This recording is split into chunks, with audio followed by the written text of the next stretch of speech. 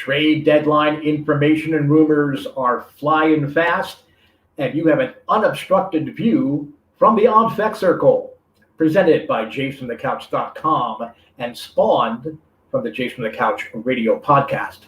This misadventure streams at you live every Tuesday, 6 p.m. Eastern Time on the Jason from the Couch YouTube channel. You can also follow it on its Facebook page and on its Twitter handle at JFtC. There are several programs that are always available on the YouTube channel and all of the said outlets. There is the Mothership podcast hosted by Sean Doyle. That is the Jason from the Couch radio podcast. I am fortunate enough for many weeks to be a co-host and guest along with my colleague Karen Suter.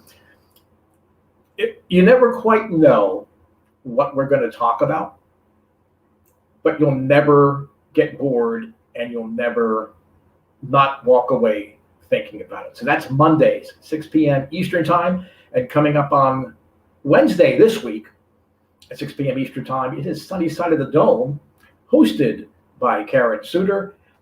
Terrific baseball analysis. She really does know how to balance fandom and right to the point analysis. Most times it's Thursday, 6 p.m. Eastern Time on the Jason from the Couch YouTube channel. This week, special time, special place, 6 p.m. on Wednesday. I am your host, the Fekless Wonders, Steve Fek. Before we get into the heat meat of the show here, I do want to talk about both the other programs I referenced. Sunny Side of the Dome tomorrow is just a brilliant, brilliant topic. And really only Karen could probably pull it off. She is going to basically talk about how to survive the trade deadline. We've all been inundated. There's a lot of debate behind the scenes about which source you can follow, and this player can be traded and that player can be traded. Lord knows with the stuff that I talk about and put out there, Karen probably has, a little Fek-sized tumor growing in her head because of all the bad thoughts that I put in her mind about things. But it's going to be an interesting show. There's always great information that Karen shares, but this one is going to maybe help you get through the trade deadline, because this one seems like it's going to be pretty crazy. And then the Jason from the Couch radio podcast is going to be with you at a special time on Saturday, 11 p.m. Eastern Time. You'll be able to basically have us sum up and talk about what happened on the trading deadline on Friday, kind of give you some insider information, some insights from a Blue Jays perspective, and from a league perspective too. But mainly we're going to focus on how did this affect the Blue Jays, whether they did anything, whether they didn't do anything. Did you think they did enough? Do you think they didn't do enough? We're going to cover all of the bases for you. That's going to be Saturday at 11 a.m. Eastern Time. Not 11 p.m., 11 a.m. Eastern Time. So we're going to get to our Blue Jays Way segment in a little bit. We always explore some kind of topic about, Blue Jays history or Blue Jays culture, what it means to be a fan. By all means, during the course of the show, please do share your comments and your thoughts, because Blue Jays Way and this show is about you. We're having a conversation. So if you're on the YouTube channel, if you're on Facebook, if you're on Twitter, put up your comments. Sean Doyle, who's behind the scenes producing this, whatever you want to call it, cacophony of idiocy, he will put your questions up in your comments. And we are collecting stories about how did you become a Blue Jays fan. I have an article up on JFtC.com where I shared several stories, not only from Jason the Couchers, but also people that had replied through Twitter, through various other sources, people that have left comments on our YouTube channel. So hopefully you'll get a chance to read that. And we want to share your stories in the coming weeks. Time first, though, for Fekless Wonders. And if there's ever been a more apropos title for any show segment anywhere, Fekless Wonders pretty much covers all of the bases, if you will. And I do want to focus on the trade deadline a little bit. And I wonder what current Blue Jay player is really going to be traded that has the best chance of being traded. I don't want to talk prospects because trading for prospects are a tricky situation. Certain teams are going to value either players by position or pitchers or even at where they are, at what levels they are. And I'll refer to my hometown Pittsburgh Pirates, Ben Cherington. You remember him, the guy that built the Blue Jays farm system? And basically everybody that's talked about his draft this year and last year keeps referring to the fact that he built the Blue Jays through the draft. He was responsible. But that's a different show. But Ben Cherington, in almost every deal that he's made, whether it be high-profile guys like Starling Marte last year, this year, he may or may not have traded Tyler Anderson today to the Phillies. We don't really know yet. There's a debate back and forth whether that's actually going to go through. The trade he made for Adam Frazier, he's targeting younger, lower-level players for the most part to fill out deals. There may be a guy that can fill in at AA and AAA, but he's focusing on those lower-level guys. Though other teams want major league pieces, or they want guys that are really on the precipice of becoming major league players. So let's say if the Royals trade with Merrifield, they're going to be looking for major league ready pieces back from the Mariners or the White Sox or wherever it would be. And if you're one of those guys that use the baseball trade value tool that's out there on the internet, okay, it has no value because it does not take into account what individual teams either really need or how a particular GM in front office evaluates or values a specific player. Now, if you're running a fantasy baseball league and you want to put those things in there so you can work a trade, that's pretty much the genesis of this baseball trade value, because you can then see, according to their logistics, what players would balance out a trade. And sometimes in a lot of, like in my, I play in a simulation league called Baseball Mogul. And when you propose a trade, it gives you a little calculator saying, will accept, may accept, add this piece, because they put values on all of the players based on contract, age, whatever it would be. Now, and the fantasy baseball analysis is kind of, I'm trying not to skew so negative about analytics, because for the most part, I'm a non-analytic guy. And too much of what happens in real baseball is based on formulas and algorithms that drive analytics. But like in fantasy baseball, if you're in an auction draft, you may think, okay, let's say that you really want Bo Bichette. Now, Bo's probably not going to be the highest value shortstop, but just to put the old rotisserie league values, 26 is the maximum bid. So let's say the going bid would be $18 or $19 for Dante Bichette. If you're bidding that much on Dante Bichette now, you really need to join a fantasy football or basketball league on Bo Bichette. But one of your colleagues in the league might also be a huge Blue Jays fan. And he's going to feel that Bo Bichette is worth $26 or $24. And that's fine, because that fantasy GM thinks Bo Bichette is worth more than what the quote-unquote expert fantasy evaluators are saying the player is worth. That really is why rotisserie baseball and fantasy baseball is kind of interesting, where you get to be a GM, because it does really mirror what happens in the major leagues. There are bad talent evaluators. JP Ricciardi. Gordash. Excuse me. And there are good talent evaluators. Ben Cherington.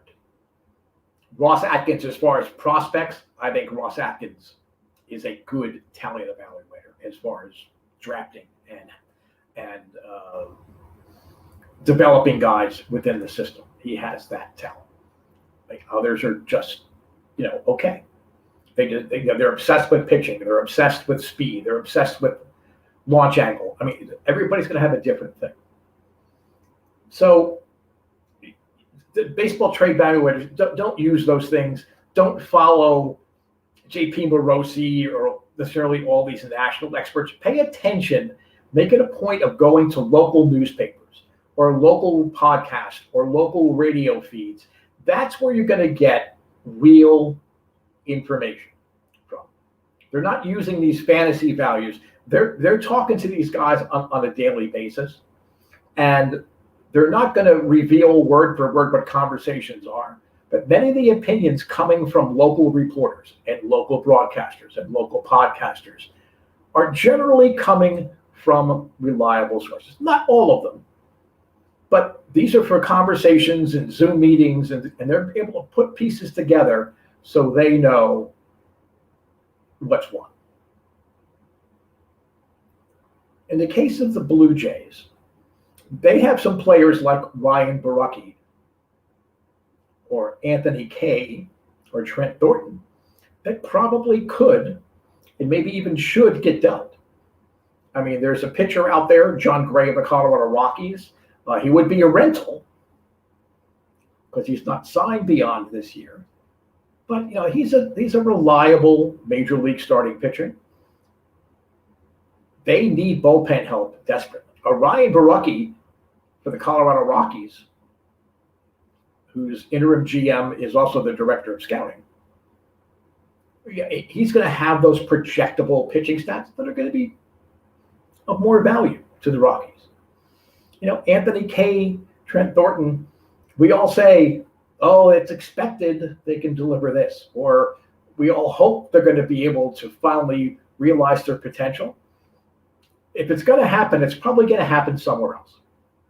It's not going to happen in Toronto. And it's small sample size for Borucki. Maybe he's not that leverage back into the bullpen reliever that you were hoping he could be.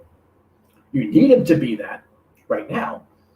But if you're going to get a major league starting pitcher, even if it's just for the 8 weeks and you're going to go the rental route, that's a name that you could see go. So, those are the kind of players that potentially we're going to see out there as parts of trades. I do think there is a outside chance, a very small chance, that one of the core guys could go. If there is just truly, as they call them, blockbuster deals or a deal like high impact deals, I think that a Lourdes Gurriel or a Kevin Biggio might be part of those deals. Now, do I think you should trade either of them? Not necessarily. You could persuade me to trade Lourdes Gurriel because I don't know. I think his value is only going to plateau or perhaps decline a little bit over the next couple of years. It's a pretty team-friendly contract, really. I would never trade Kevin Biggio under any circumstances. But Kevin Biggio is the kind of guy that many other teams would covet, like the Cubs, for example. Even the Astros, going back to the Astros. I'm not saying that there's necessarily a fit with the Astros, but he goes home where his dad played. To Oakland. To the Angels. There are teams, like the Angels have Raisel Iglesias, that they're talking about potentially moving. That would be a nice leverage reliever to add. Is the price too high if you're giving Kevin Biggio? I personally think so. But I don't think the Blue Jays really know how to better utilize Kevin Biggio. We talked about this a little bit on the Jason McCouch radio podcast last night, where, I wrote an article saying that Kevin Biggio was the third baseman of the future. Karen Suter definitively believes he could still be a good, not Gold Glove, maybe not even All-Star, but a really good, dependable, everyday third baseman for the Blue Jays. his limited time at third base this year would indicate not. Now, he has made strides. I think his positioning, his reactions to the ball off the bat are much better since he's come back off the injured list playing at third. But I just don't think the arm strength is there. That kind of surprised me. I don't think the arm strength is there. But of course, they said that about his dad, who was an all-star catcher and an all-star second baseman and became an all-star center fielder. So he doesn't have a good arm. That's why they moved him from catcher to second base and then second base to center field. So, I mean, again, beauty is in the eyes of the beholder. It would not surprise me if one of those two guys, if there is a high impact deal, that one of those two guys would go. Okay, do I want to see either of them go? Not really. Again, you can convince me to trade Lourdes Gurriel, which I'm sure is going to add another topic and another growth of Karen Suter's tumor, little Fek-sized tumor in her head, because I'm saying that because, I mean, she loves Lourdes Gurriel. But it would break my heart to see Captain Biggio go. But of the core players, he's the guy most likely to get dealt at some point. Again, not saying he's going to get dealt this thing, but don't be surprised if there is truly a high impact deal that significantly improves the Blue Jays, not only for this year, but for 2022 and for what I think is their primary year, which is 2023.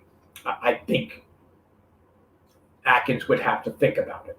And I don't think he would have to think as hard on Kevin Biggio as he would on a Teoscar Hernandez. Or he's not going to trade Bo Bichette. He's not going to trade Vladdy Jr. I mean, not that he should. I can see him trade Nate Pearson too, but again, until he proves he's healthy, I don't know what you get out of that. But just something else to think about going into the trade deadline. Now, the big debate that's out there is, should the Blue Jays be sellers? Because they can't beat teams that are playoff contenders. They just can't seem to beat them. The Yankees, yes, but the Yankees aren't playoff contenders. The Yankees have a big barbecue fork already protruding from their back. They're not playoff contenders. Astros are. Jays can't beat them. Rays are. Jays can't beat them. White Sox are. Jays couldn't beat them. Lord knows they can't beat the Red Sox. They lost 7 of their last 9 games to the Red Sox. And I want to say they've lost. I think they've lost 10 of 13 or 10 of 12 overall in the season. But for whatever reason, it's just not coming together this year against the teams that they're competing against for a wild card. So you have to ask yourself,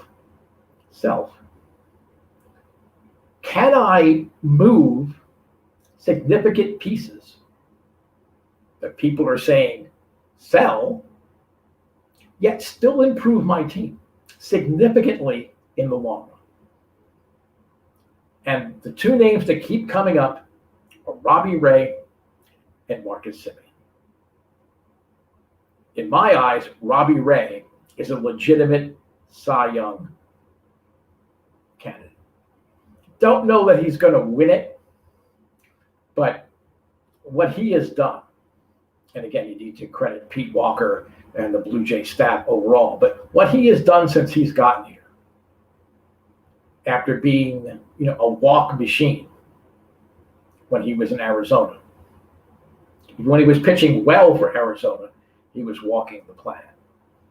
What he has done has been remarkable. And really, without Robbie Ray, I know Vladdy's having an MVP season. Nobody can dispute that.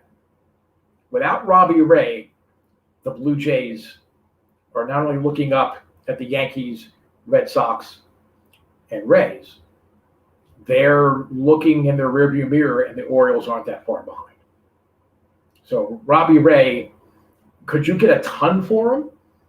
Sure you could, because there's no starting pitching, really, at least that people are admitting to, that are available on the market. You get a ton for Robbie Ray. And odds are, because he loves it so much here, if you talk to his people and said, look, we've got these offers for Robbie, but we want him back. He's part of our long-term plan. It wouldn't surprise me if he would re-sign here, if he pulled an Aroldis Chapman and came and re-signed with the Jays. I don't know that you want to take that kind of gamble. I think if you keep him on the team, you have a much better chance at engaging with him. And at the very least, get a compensation pick back if you offer him a qualifying offer. But Marcus Semien, that's someone, if you get blown away, the Godfather reference I always use, if you're made an offer that you can't refuse, can you really not trade Marcus Semien? Do you really think Marcus Semien's going to re-sign with the Blue Jays? He says all the right things, except about the fans in Dunedin and Buffalo, but he says all the right things about the team. And really, while George Springer was out, Marcus Semien was that solid, reliable, dependable veteran presence day in, day out. But George Springer's back. You have a second baseman in Kevin Biggio, who was ranked in the offseason as the 5th best second baseman in Major League Baseball. So if you trade Marcus Semien and you get a significant return for him, players that can help you now and make a significant difference in the future, you trade Marcus Semien. You put up with whatever crap you're going to hear on Twitter and, other critics, people that aren't in the know. You make that deal. I honestly don't know that Atkins has it in him to make that deal. But if there's one team where he is simpatico with that other GM, it is the San Francisco Giants. The Giants have come out of nowhere. People talk about the Red Sox. How can the Red Sox be as good as they are? At the risk of patting myself on the back, I said that all along. I didn't think they'd be this good, but I thought that you needed to pay attention to them. Farhan Zahidi and Ross Atkins are two peas in a pod. They are sons of different mothers, twins from different mothers. They embraced the analytics to a rather large extent, but they are unique in that they kind of make the analytics work to fit what they already envisioned as being the right plan. So the Giants have movable pieces. Even with them contending for the division championship in the NL West, they need a shortstop in the short term because Brandon Crawford is on the IL. You can then move Marcus Semien to second base when Crawford comes back. And you're improving an offense that has been inconsistent. So the Giants will be willing to pay, not only in major league pieces you can use now, but in prospect capital down the road. For example, Casey Schmidt, third base, and he was a second-round pick, I want to say 2 or 3 years ago, I believe. He's 22, so he's on the cusp to be there. His arm is considered a 60 by scouts. His fielding is 55, and it's just now at 55. I think he could even earn a 60 rating as a fielder eventually. And he has some power. He scored out at 50 of power, but that's not bad from a third baseman. I mean, Santiago Espinal is not going to give you that kind of power. Not even Kevin Biggio is going to give you that kind of power potential. So that's the kind of prospect that can come over. Tristan Beck, the Blue Jays like that big body pitcher. Pearson, Manoah, Their draft pick this year, Gunnar Hoagland from Ole Miss. Big guys. That's Tristan Beck. He was originally a pick of the Braves, but he grades out in the 50s, low 40s, but he's the kind of guy that the Blue Jays and Atkins seem to like. And off the major league roster, you've got Zach Littell in the bullpen, another young bullpen arm. He has just begun to start tapping into his potential. And you've got guys like Jason Bosler, who could play third base now for the Blue Jays, if you bring him in, because you'd be moving Biggio to second. Lamonte Wade, he's first baseman. He's an outfielder. Again, they don't really need outfielders, but that allows them to then move a Gurriel or a Grichuk or a Corey Dickerson or whatever outfielder you're in the mood to move. That sets all that up. So just something to think about. San Francisco Giants, Marcus Semien. If you want to send your hate comments now if you're watching live, by all means do so on YouTube, on Twitter, on Facebook. You can even leave them after you watch it if you're not watching it live, because I check for input and abuse throughout the week. So please feel free to do so. Okay, we're going to come up here on the Blue Jays way, and I want to call it Ghost of Trade Deadlines Past. And it's a mixture of just unusual, goofy kind of deals, players that honestly, and I'm old enough to remember when there were no Blue Jays, but I don't remember playing for the Blue Jays at any point in their career. And just some missteps by some of the more interesting GMs that we've had outside of Pat Gillick and Alex Anthopoulos and Ross Atkins. Now, the first thing that jumped out at me was back in 1978, which is the year after expansion, Rico Carty was traded to the Oakland A's. And the Jays got Phil Huffman, who was fine for an expansion team. Who else was in that deal? I'll give you a couple seconds if you want to type it in, and you want to flash it up. It was Willie Horton. I don't remember Willie Horton ever being a Blue Jay. Now, again, at that stage, I hadn't yet left the evil empire 2 of the Red Sox fandom and come totally over to the Blue Jays yet. But I followed baseball pretty closely. I don't remember Willie Horton being a Blue Jay, but he was part of that deal. Now, my favorite trade deadline deal, I think, ever by any team happened in 1982. So on June 15th, the infamous Wayne Nordhagen was traded to the Phillies for Dick Davis. Dick Davis was a head case. He caused problems in Japan, but he was just a crazy person. So then on June 22nd, Dick Davis, I guess it didn't take the Jays long to realize this guy doesn't have all the oars in the water. He was traded to the Pirates for a player to be named later. 3 days later, the Pirates completed the deal by trading the Blue Jays Wayne Nordhagen. They'd gotten Nordhagen literally a day after he was traded to the Phillies. The Pirates traded for them, and then they made him the player to be traded later for basically himself. So he was really, in the long term, traded for himself. So that's one of my more favorite deals that went on. One of the more lopsided deals, I think, in Blue Jays history gets overlooked. In 1987, Mike Sharpison was traded to the Dodgers. Who did the Jays get? Juan Guzman. So what a steal that was.